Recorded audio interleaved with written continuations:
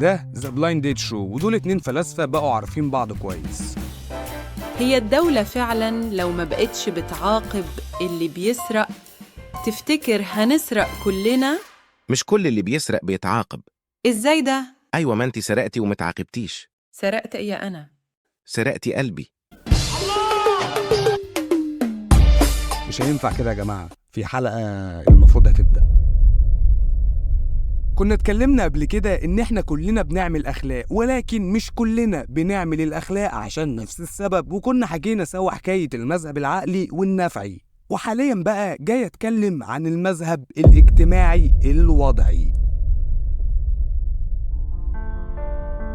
كان في 3 محترمين جدا، وهم كونت ودوركايم وبرايل.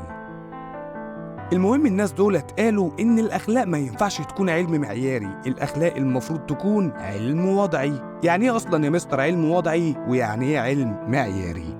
العلم المعياري هو اللي بيدرس ما ينبغي أن يكون عليه، ولكن العلم الوضعي بيدرس ما هو كائن.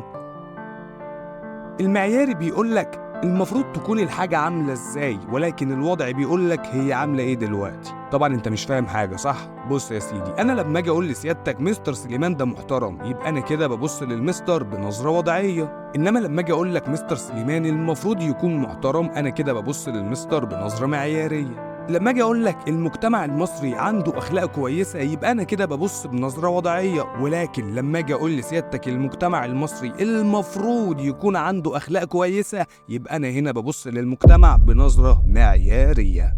فمن الآخر بقى الثلاثي دولت قالوا إن الأخلاق المفروض تكون علم وضعي ومش علم معياري، وإن المجتمع أو العقل الجمعي هو اللي بيحط القيم والأخلاق.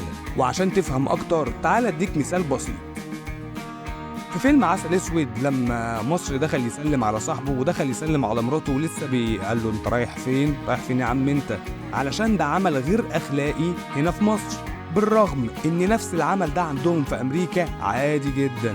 يبقى المجتمع هو اللي بيحط الأخلاق. فمن الآخر بتوع المذهب الاجتماعي الوضعي قالوا إن المجتمع هو اللي بيحط الأخلاق. إيه ده، في إيه؟ أعوذ بالله من الشيطان الرجيم.